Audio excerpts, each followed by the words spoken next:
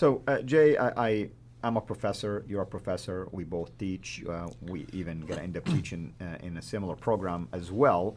Let's recap everything we've covered so far, and tell people what to expect the remainder of this series.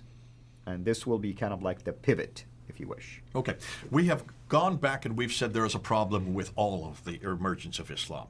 This whole thing with trying to find Muhammad, we've looked for him, it's like trying to find Wali. At least you can find Wali. We can't find Muhammad anywhere. And we've said first, and I said one of the reasons why is that the Muhammad that everybody's looking for is a 9th and 10th century construct that is written hundreds of miles away, thousands of miles away in some cases, because you're talking about Bukhara from Uzbekistan. Right. You're talking about Tabari from Tabaristan in what is today Iran, Uzbekistan today. These are hundreds, not just hundreds, but thousands of miles away. And so that's why you've got the wrong traditions. They're way too late and way too far north. That north-south divide that we've been talking about. So then we asked about the Quran. We asked about the Quran. What about the Quran? All these qira'ats that start to appear in the 8th, 9th, and 10th century, they don't appear at all in the 7th century. The same problem again. Look at where those Qurans are. Look at those qira'ats are. Every one of them is different. They all have different names, and those names and those men were only beginning to appear from 736 up until 905. Muhammad died in 632. You got the same problem, and look where they are mostly appearing in. 22 of the 30 are from either Basra or from Kufa or from up there in Damascus. 12 of them are from just one city alone, Kufa, which is just near Baghdad. Well, today's Baghdad. Now, that's the problem with the traditions. That's the problem with the Quran. Then we went and we asked, what about the coins? Let's look at the coins. And we looked at the coins, and lo and behold, we couldn't find any reference to anybody called Abu Bakr, Umar, or Uthman. We couldn't find any reference to Muhammad. We couldn't find any reference to Islam or Muslims, or any reference to Mecca, or any reference to the Quran. Nothing at all until Abdul Malik introduces it in 692. Then we went to the rock inscriptions, and we asked the same thing with the rock inscriptions. Can you show us anything from the 7th century? This is what I said in the debate with David Wood. Over and over again, I kept on asking David Wood, please, one piece of evidence from the 7th century. That's the most recent debate that you did just in 2 weeks November. ago. Right. Just 2 weeks ago, Right. yeah. He could not come up with one piece of evidence. He just kept on talking about the traditions and about all the embarrassing stories, which is what he loves to do, and he loves to talk about those embarrassing stories. I don't care about those embarrassing stories anymore because they are not based on a historical person. And by the way, I want to clarify, Jay is not fighting with David. Jay wanted to highlight the fact that if you rely only on the traditional stories, you lack enough evidence to support the existence of Muhammad. There you go.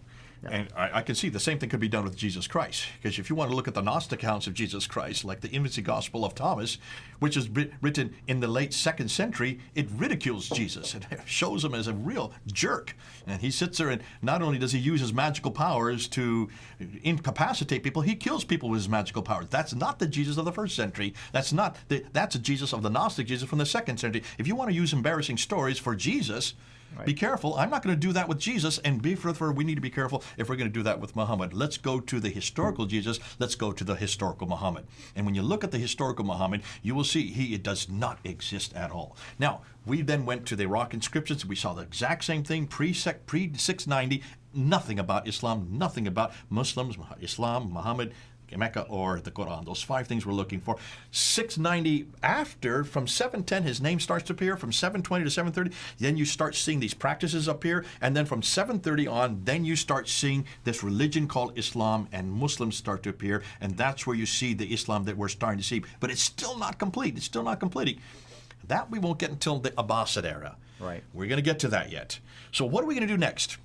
We're going to look at the Hijrah. We're going to look at this inscription, the first reference to Mecca that Patricia Corona referred to, that kind of blew this whole thing out of the water when we realized that there's no reference to a city called Mecca until 741. But I'm going to look at something else that she didn't look at in 741.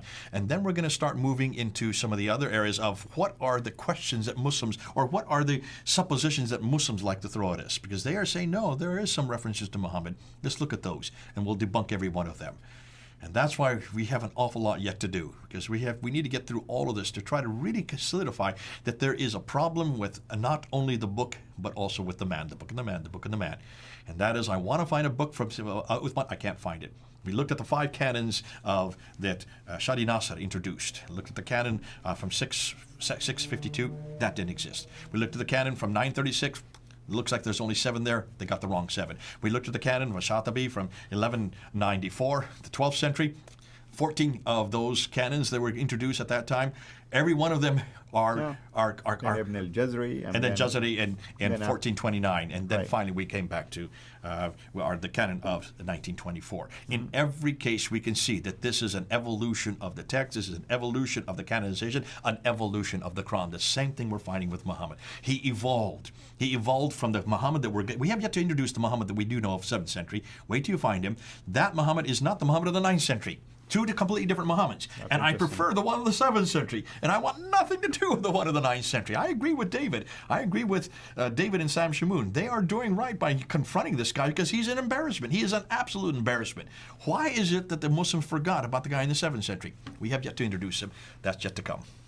Very good. Thank you so much. Of course, I wanted to do this to help people understand what we've covered and what to expect. And sometimes it's good to summarize things for them because not everybody probably was following these arguments the way you put it logically right now. Well, thank you again, brother, for doing that. Thank you, everyone, for watching us. Until we meet again next time, have a blessed day. Thank you.